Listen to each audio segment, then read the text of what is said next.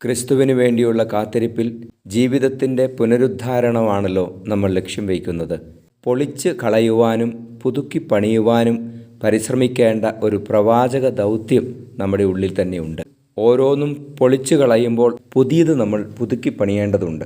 കള്ളം പറയുന്നവൻ ഇനി സത്യം പറയാൻ തുടങ്ങണം. വെറുപ്പ് നിർത്തുന്നവൻ സ്നേഹിക്കാൻ പരിശീലിക്കണം. മോഷ്ടാവ് മോഷണം നിർത്തിയാൽ മാത്രം പോരാ, ദാനധർമ്മം ചെയ്യുവാൻ തക്കവിധം സമ്പാദിക്കാൻ നമ്മൾ അധ്വാനിക്കണം. അങ്ങനെ പുതുക്കിപ്പണിയലുകൾ വളരെ പ്രധാനപ്പെട്ടതാണ്. 1 കൊരിന്തോസ് 3:10 എപ്രകാരമാണ് താൻ പണിയുന്നതെന്ന് ഓരോരുത്തരും ഗൗരവപൂർവ്വം ചിന്തിക്കട്ടെ. സ്വർണം കൊണ്ടോ വെള്ളി കൊണ്ടോ രത്നം കൊണ്ടോ തടി കൊണ്ടോ പുല്ലുകൊണ്ടോ വൈക്കോല് കൊണ്ടോ ഒക്കെ നമുക്ക് പണിയാം. എന്നാൽ സ്വർണം കൊണ്ടുള്ളത്, രത്നങ്ങൾ കൊണ്ടുള്ളത് അഗ്നിപരീക്ഷയെ വിജയിക്കും.